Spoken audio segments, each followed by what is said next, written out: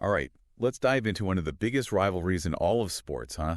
England versus Germany on the football pitch. But, it goes way deeper than just a game. Oh, absolutely. We're going to be looking at excerpts from this really cool article.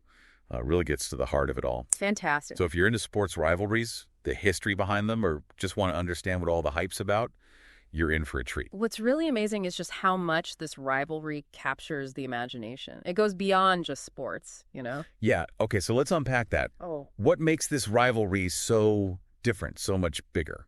Well, it's not just 22 guys chasing a ball. I mean, it's wrapped up in history, national pride, decades of these crazy matches. Even the media, they use all this war imagery when they talk about it, even though the players try to just focus on the sport. Yeah, it's true. It's like this extra attention, something bigger going on beneath the surface. Exactly, and that historical weight, it gives the rivalry this seriousness, but also makes you wonder if it's fair, to bring all that baggage onto the field. Definitely food for thought. Now, I've always felt like Germany has this almost mythical aura, especially in penalty shootouts against England. They always seem to win. You're right. Germany has a crazy good record in shootouts, especially against England. But the question is why? Is it psychological? Is it their training? Some even say there's a cultural thing, how Germans handle pressure. That's fascinating. I mean, for English fans, those shootouts are just agonizing. Like Gareth Southgate, his missed penalty in '96, it followed him his whole career until he became England manager and kind of redeemed himself. Perfect example of how this rivalry affects people, resonates with fans. For England, it's been up and down, years of frustration, penalty heartbreak, then that incredible Euro 2020 win. Talk about a release. It's amazing how that win felt like breaking a curse. Yeah. But beyond the emotional side, I've always been into the tactics. You've got England, traditionally known for being physical, direct, then Germany, all about discipline and efficiency. Total clash of styles. Oh, for sure. Just picture it, a huge tackle from an English defender, then bam, Germany strings together these perfect passes, cuts right through the defense. It's like two whole philosophies colliding on the pitch. Yeah. But they both evolved, haven't they? Definitely. England, under Southgate, is more technical now, possession-based.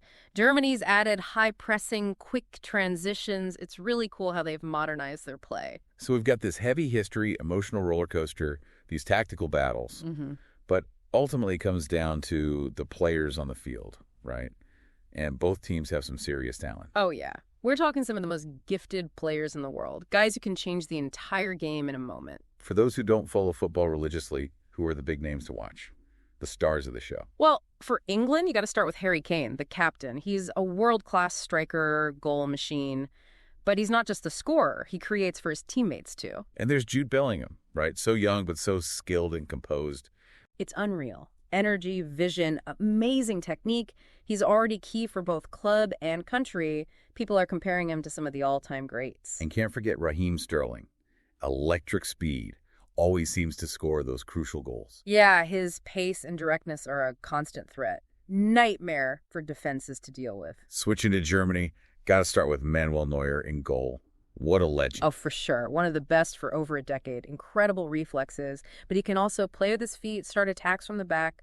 True leader. Then there's Joshua Kimmich in midfield. It's like he's conducting the whole orchestra. Perfect analogy. He sets the tempo for Germany. Incredible tactical awareness. His passing is just phenomenal. And lastly, we have to mention Kai Havertz. Yeah. Versatile forward. Seems to score out of nowhere. He's so dangerous. Smart movement, great first touch, can finish with both feet. Defenders hate playing against him. So we've got these amazing players, mix of veterans and rising stars, all ready to clash in this historic rivalry. To really understand it all, we need to go back in time, look at the defining moments that have shaped this clash of titans. Absolutely. That historical context is key. It's what gives this rivalry its depth and intensity. When you look back at the history, certain matches really stand out, Turning points that shaped the whole story. They become legendary, etched in everyone's memories. It's crazy how some games just become more than games, right? They almost take on this mythical status.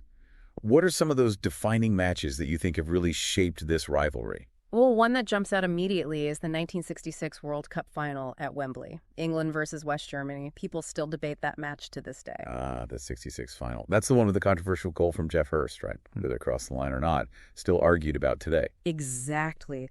High stakes, incredible drama, and then that moment that's fueled debate for decades. England won 4-2 after extra time. Hurst got a hat trick. But that second goal, the one everyone talks about, did it cross the line? German fans still say no.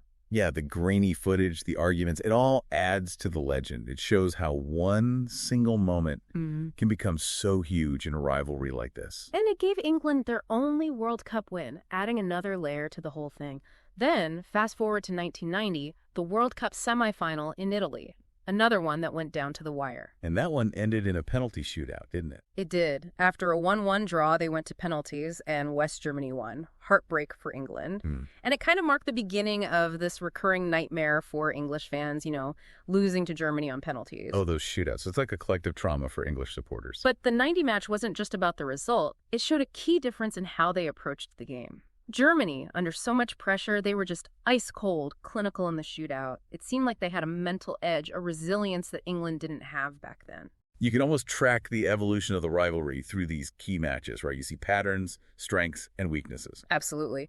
And those patterns played out again 6 years later at Euro 96 in England. They met in the semifinals again. Another Wembley showdown, another 1-1 draw, another agonizing penalty shootout.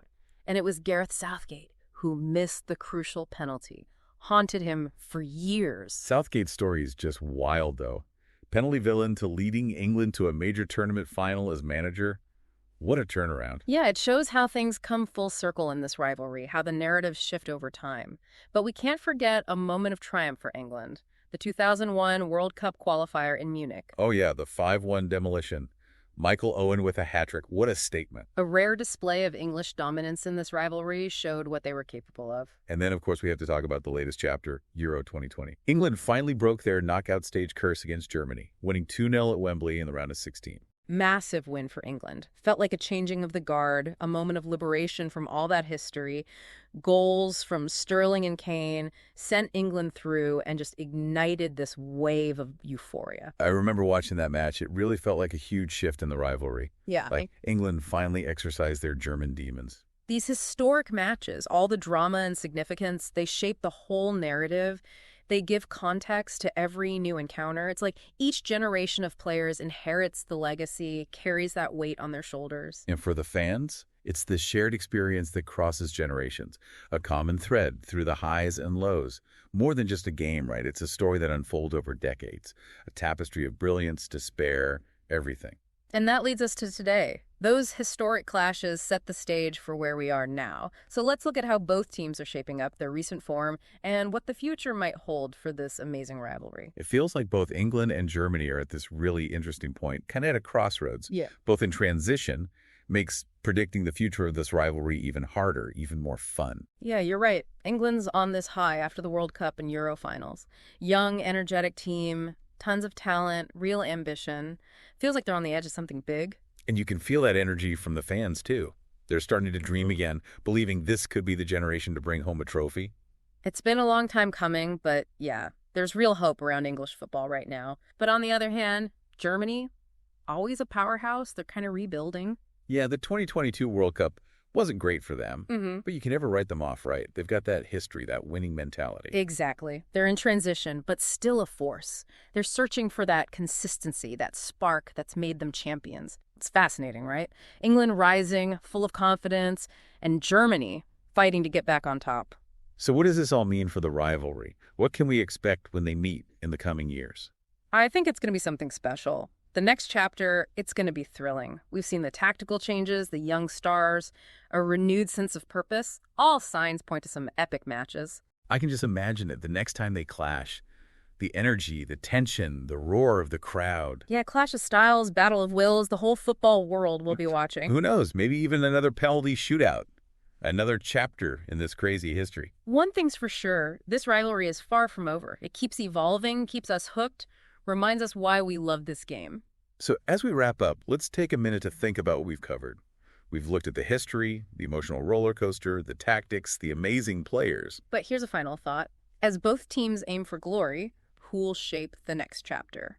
England, riding high, or Germany, coming back strong? That's the best part. We just have to wait and see. But what we do know is we're lucky to be witnessing this rivalry, to be part of its story. So next time England and Germany face off, Remember the history, the passion, the drama that makes it so legendary. And hey, this is just the beginning. There's so much more to discover out there. So go watch the games, read up, immerse yourselves in this rivalry. It's one to savor, reminds us why sport has such a hold on us. And that's it for another deep dive. Until next time, keep exploring, keep learning, and keep the love for the beautiful game alive.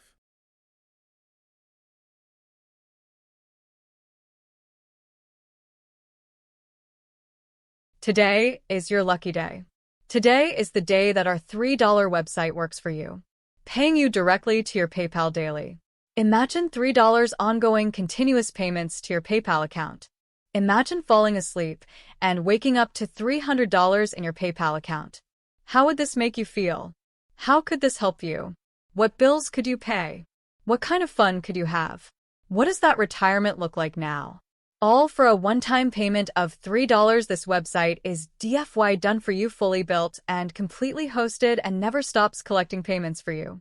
You have spent $3 on coffee on a regular, but that coffee won't help you create multiple streams of income.